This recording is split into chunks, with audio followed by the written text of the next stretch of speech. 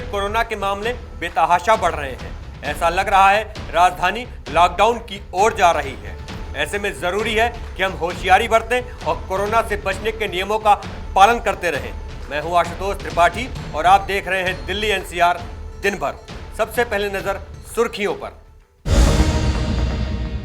तेजी से बढ़ते कोरोना संक्रमण को देखते हुए राजधानी दिल्ली में लागू किया गया वीकेंड कर्फ्यू। डीडीएमए की बैठक में लिया गया फैसला, प्राइवेट ऑफिस 50% कैपेसिटी के साथ करेंगे काम। दिल्ली में कोरोना का कहर, सीएम अरविंद केजरीवाल और भाजपा के सांसद मनोज तिवारी हुए संक्रमित। ट्वीट कर दोनों ने दी जानकारी। दिल्ली में 15 से 18 साल के किशोरों को वैक्सीनेशन का दूसरा दिन, खूब दिख रहा है उत्साह।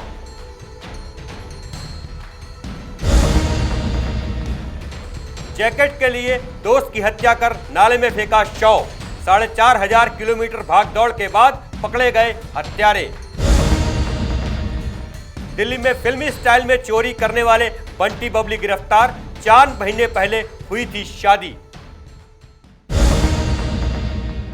दिल्ली में कोरोना संक्रमण बेतहाशा बढ़ रहा है। इसको देखते हुए ऐसा लग रहा है कि आने वाले दिनों में दिल्ली में लॉकडाउन भी हो सकता है। फिलहाल दिल्ली सरकार ने वीकेंड कर्फ्यू लागू किया है। शुक्रवार की रात 10 बजे से सोमवार की सुबह 5 बजे तक यह कर्फ्यू लागू रहेगा। देखिए पूरी रिपोर्ट। दिल्ली में बढ़ते कोरोना केस और ओमिक्रॉन के खतरे को देखते हुए वीकेंड कर्फ्यू लगा दिया गया है। इसके तहत शनिवार और रविवार को दिल्ली पूरी तरह से बंद रहेगी। वीकेंड कर्फ्यू इसी हफ्ते से लागू होगा। बताया जा रहा है कि दिल्ली में शुक्रवार रात 10 बजे से सोमवार सुबह 5 बजे तक वीकेंड कर्फ्यू लागू रहेगा। दिल्ली डिजास्टर मैनेजमेंट अथॉरिटी की बैठक में ये फैसला लिया गया है। मीटिंग में ये फैसला भी लिया गया है कि गैर जरूरी सर्विसेज वाले ऑफिस में कर्मचारियों को घर से काम करने के लिए कहा जाएगा।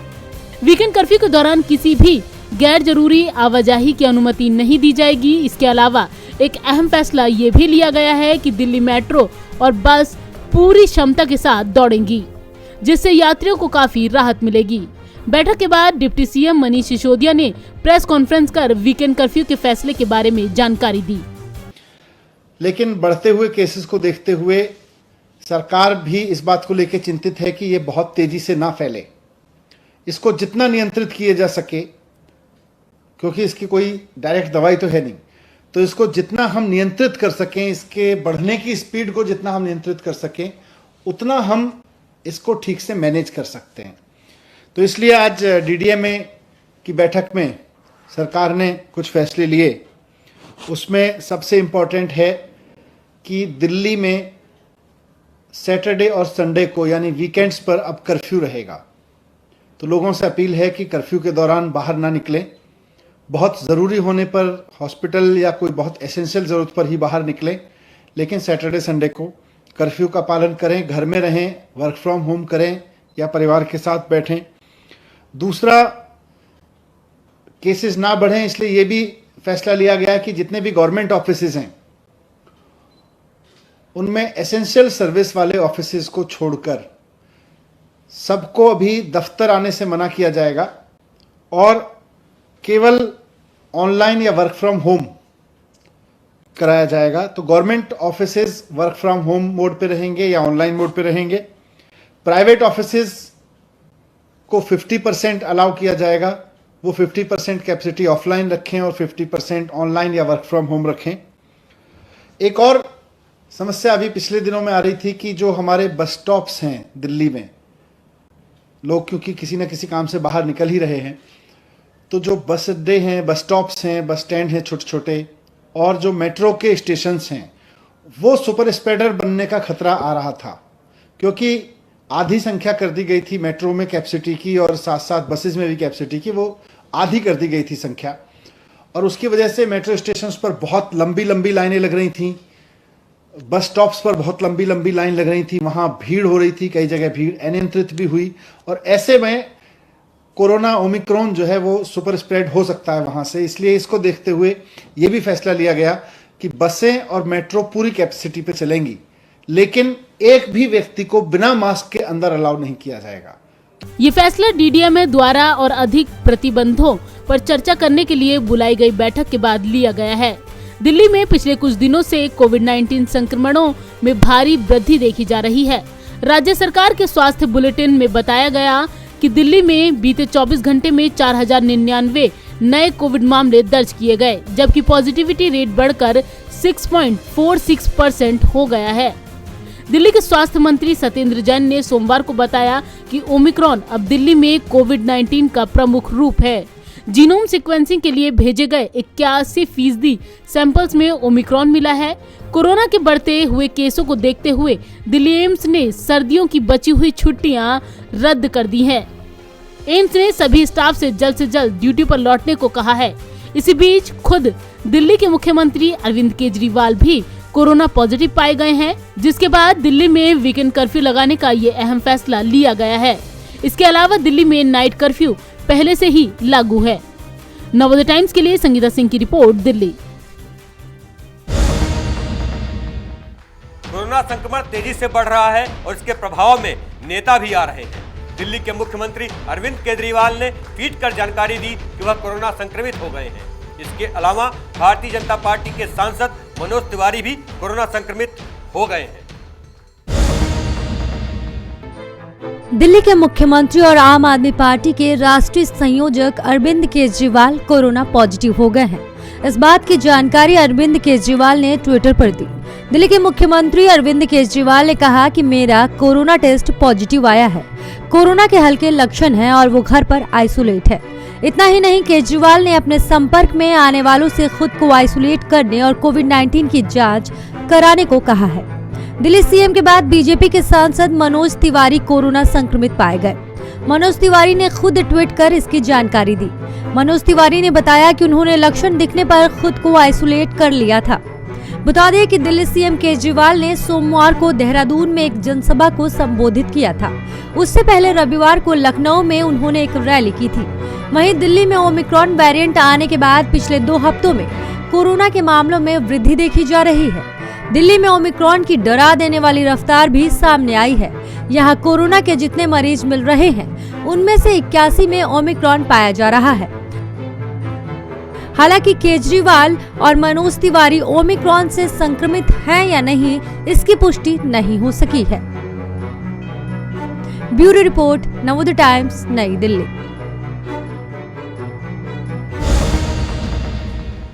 कोरोना से बचाव के लिए किशोरों को टीका लगाए जाने का काम तेजी से किया जा रहा है। टीकाकरण अभियान के दूसरे दिन बच्चों में खूब उत्साह दिखाई दिया। आप भी देखिए किशोरों में लगाए जा रहे टीकाकरण का उत्साह।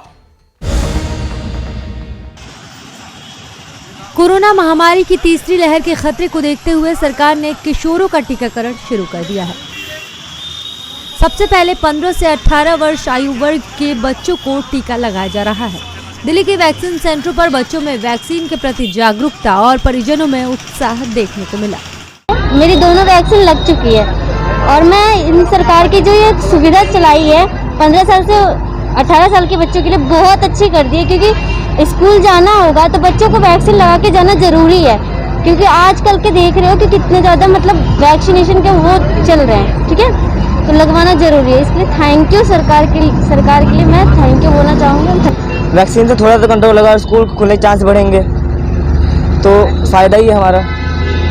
वैक्सीन लगाने से हमारा फ़ायदा होगा। हाँ, संतोष है, पर ये कदम उनको काफ़ी पहले उठा लेना चाहिए था। इतनी बड़ी आबादी है और अब जैसे कि नया वेरिएंट भी आ रहा है तो अब तो काफ़ी एसेंशियल हो गया है कि हमें वैक्सीनेशन बच्चों के लिए जारी करनी पड़ेगी। तो क्या लगता है कि आप लोगों की जो पढ़ाई रुकी हुई थी, क्या बहुत सुचारू रूप से अब चालू रहेगी? अब तो 1-2 महीने तो नहीं रहेगी, ऐसे कि नया वेरिएंट आया, केसेस फिर से बढ़ रहे हैं। बट बात के लिए अच्छा रहेगा कि वैक्सीनेशन शुरू हो गया। जैसे हमारी बोर्ड क्लासेस है तो एग्जामिनेशन के लिए सही रहेगा कि वैक्सीनेटेड हो बच्चे, तो उनकी भी सेफ्टी रहेगी, पेरेंट्स को भी आश्वासन ना होगी कि बच्चे सिक्योर्ड है। बता दें कि कोविड सेंटर पर पहले दिन कोई खास भीड़ तो नहीं रही, लेकिन बच्चों के टीकाकरण काउंटर पर चहल पहल पूरे दिन रही। बच्चों के टीकाकरण को लेकर पेरेंट्स का क्या कहना है, चलिए सुनाते हैं। ये सरकार का एक कदम बहुत सराहनीय है। लोगों के स्वास्थ्य को ध्यान में रखते हुए जो टीकाकरण का अभियान स्टार्ट किया है, इससे हम बहुत खुश हैं। कम से कम हमारे बच्चों को इससे सेफ्टी और सुरक्षा मिलेगी। ये कदम इतना अच्छा है कि अभी तक बच्चों का नंबर नहीं आया था, बड़े लोगों को ही लग रही थी, तो हमें चिंता रहती थी कि बच्चों का क्या होगा, क्योंकि बच्चों को स्कूलों के जाने के लिए वो सेफ नहीं थे। तो इसलिए ये बहुत अच्छा कदम है, इसको मैं बहुत थैंक यू बोलती हूँ सरकार को, और दिल्ली सरकार को तो सैल्यूट है। अरविंद जी ने ये मुहिम चलाई है, तो थैंक यू। ये तो बहुत अच्छी बात है कि बच्चों को जो है उनके लिए बहुत इम्पोर्टेंट है कि उनको वैक्सीन लगेंगे, वो स्कूल भी जा सकते हैं, उनके लिए कहीं भी आ जा सकते हैं। हमेशा उनके लिए सुरक्षा के लिए सरकार ने जो योजना बनाई है। क्या आप लोगों के टीकाकरण के लिए आपके जो पेरेंट्स हैं उन्होंने जागरूक किया था, आप लोगों को बताया था कुछ? हाँ, टीचरों ने भी बताया था, पेरेंट्स ने भी बताया था। यहाँ पे आने के लिए ये कहा गया था कि सोशल डिस्टेंसिंग रखना है, मास्क लगा के आना है, हाँ। और कहीं ना कहीं टीकाकरण लगवाना है अपना। हाँ, तो इस कदम को कितना अच्छा मान रहे हैं? और स्कूलों के अंदर जो पढ़ाई नहीं हो पा रही थी वैक्सीन की डोज की वजह से, अब वो पढ़ाई हो पाएगी? हाँ, पढ़ाई तो होगी, ऑनलाइन भी होती है, फिर स्कूल खुल जाएंगे तो सोशल डिस्टेंसिंग के साथ पढ़ाई होगी। इससे और समझ में आएगा बच्चों को। जैसे ऑनलाइन में कुछ बच्चों को होता है ना कि फ़ोन नहीं है, कुछ नहीं है, तो दिक्कत आती है, कुछ बच्चे नहीं पढ़ पाते। तो वैक्सीन लग जाएगी तो सभी जाके स्कूल में पढ़ाई तो कर लेंगे। बता दें कि 15 से 18 आयु वर्ग के किशोरों के लिए शुरू किए गए टीकाकरण अभियान के पहले दिन 40 लाख से अधिक किशोरों को कोविड वैक्सीन की पहली खुराक मिली। कोविन पोर्टल के अनुसार रात 8 बजे तक 40,02,782 किशोरों का टीकाकरण किया गया। दिल्ली से नवोदय टाइम्स के लिए मोहम्मद इरफान की रिपोर्ट।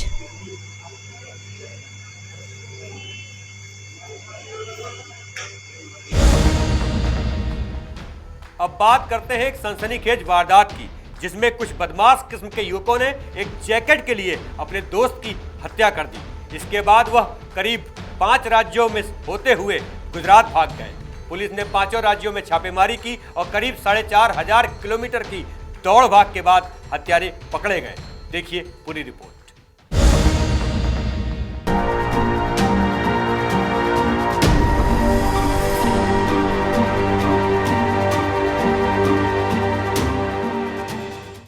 साढ़े 4,000 किलोमीटर की भागदौड़ और 5 राज्यों में छापेमारी के बाद अपने दोस्त की निर्मम हत्या करने वाले ये हत्यारे पुलिस की गिरफ्त में आए हैं।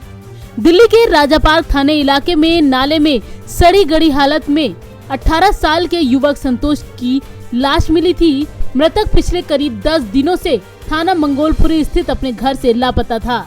परिजनों की शिकायत के बाद से जांच में जुटी पुलिस आखिरकार इन 3 हत्यारे दोस्तों तक जा पहुंची और सलाखों के पीछे भेजा गया। हालांकि इनका एक साथी अभी भी फरार है। तो एक बार जब टीम गया पहुंच गई थी, गया पहुंचने के बाद ही इसमें ट्रेन से इंक्वायरी या लोकल इंक्वायरीज करने के बाद ये मालूम हुआ कि ये लोग किसी न किसी ट्रेन में बैठकर यहाँ से निकले हैं। हमने लोकल लेवल पे वहाँ जब इंक्वायरीज करी थी, उससे हम लोगों ने ये जीरो डाउन किया कि कितने घंटे पहले करीब ये लोग निकले हैं पुलिस के टीम के पहुँचने से, और कौन सी ट्रेन है जो किस किस डायरेक्शन में जा सकती है। जीरो इन करने का काम टीम ने काफ़ी इंटेलिजेंटली किया और इनको यहाँ पर लोकल पुलिस स्टेशन में मौजूद, डिस्ट्रिक्ट में मौजूद टीम्स ने भी सपोर्ट किया। गिरफ्तार किए गए आरोपियों से पूछताछ में पता चला है कि एक जैकेट को लेकर इन लोगों के बीच बहस हुई थी, जिसके बाद उसके दोस्तों ने संतोष की हत्या कर शव को नाले में फेंकने का प्लान बनाया। मृतक के दोस्तों ने फोन कर उसे घर से बुलाया था और फिर उसकी हत्या कर दी, जिसके बाद वो खुद यहां से नए साल का जश्न मनाने के लिए और पुलिस से बचने के लिए दिल्ली से यूपी, बिहार, राजस्थान होते हुए गुजरात जा पहुंचे।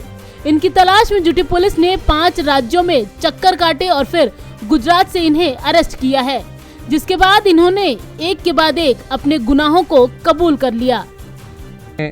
इन्होंने ये भी बताया कि हम आपके साथ दिल्ली चलते हैं और उसको जो विक्टिम है उसको ढूंढवाने में मदद करते हैं। तो इनको दिल्ली लाया गया, यहाँ लाकर फिर अलग अलग इनको एग्ज़ामिन किया गया।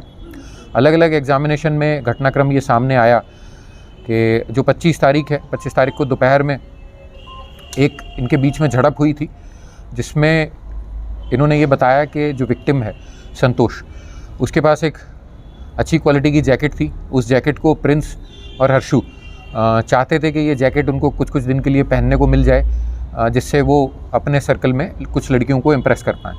तो ये संतोष ने वो जैकेट इनको देने से बिल्कुल ही इनकार कर दिया था और इनफैक्ट इन्होंने ये भी बताया कि उस दिन उसने ना सिर्फ जैकेट तो नहीं ही दी बल्कि मजाक भी उड़ाया कि तुम लोग इतने कम पैसे वाले या इतने गरीब हो कि तुम एक जैकेट भी अफोर्ड नहीं कर पा रहे हो। फिर वहाँ जो झड़प हुई उस हाथापाई में जो है संतोष ने इन तीनों लड़कों को पीटा भी था।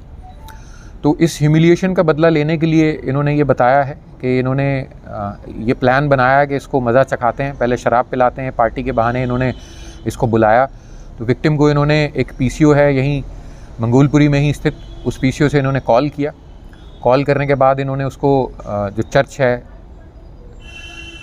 उसके पास, उसके नज़दीक एक पार्क है यू ब्लॉक वाला, उस पार्क में बुलाया। वहाँ पे इन लोगों ने लोकल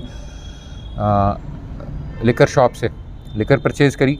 तो झाड़ियों में पीछे नाले की तरफ बैठ के वो शराब का इन्होंने सेवन किया। उसके बाद जब सबको नशा हो गया अच्छे से, तब इन्होंने जो प्लान किया था उसको अंजाम दिया। विक्टिम को इन 3-4 लड़कों ने स्टैब किया। हत्या के बाद से परिवार का रो रो कर बुरा हाल है।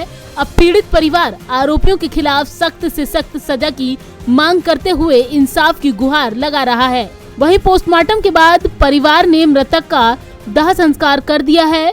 इस घटना के बाद से स्थानीय लोगों में काफी गुस्सा है और वो सभी आरोपियों को फांसी की सजा देने की मांग कर रहे हैं।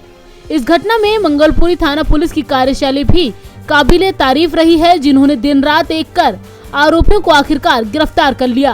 हालांकि अभी भी पुलिस अन्य फरार आरोपियों की तलाश में कई जगह छापेमारी कर रही है। दिल्ली से अनिल कुमार के साथ संगीता सिंह की रिपोर्ट, नवोदय टाइम्स।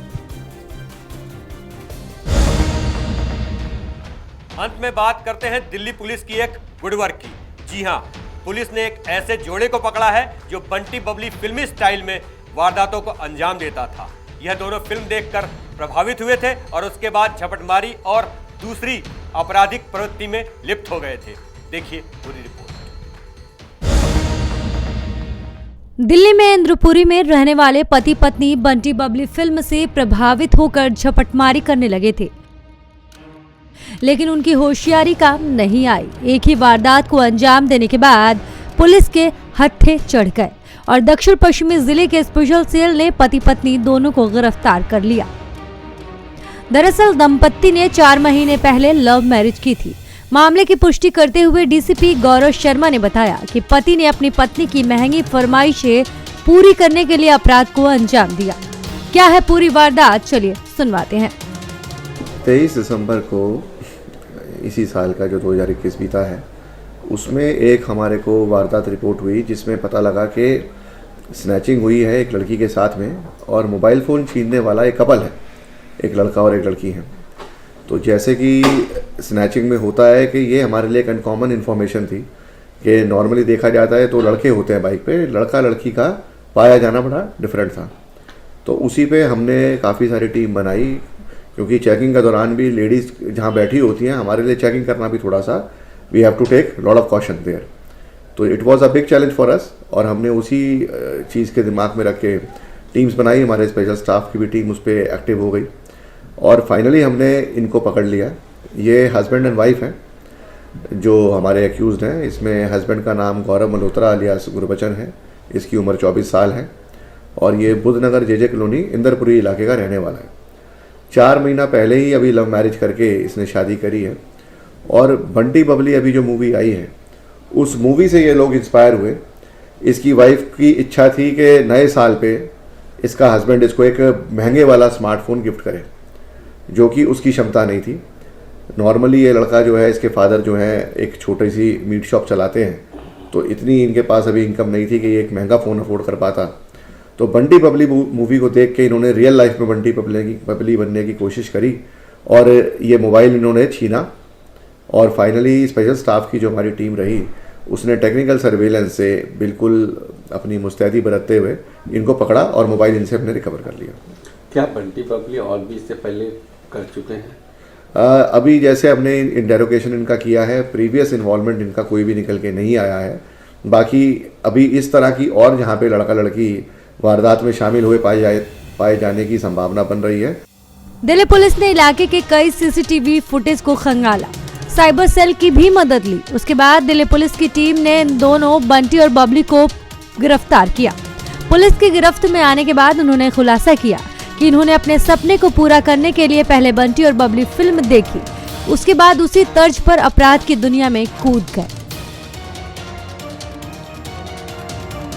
दिल्ली से नवोदय टाइम्स के लिए विजय कुमार की रिपोर्ट।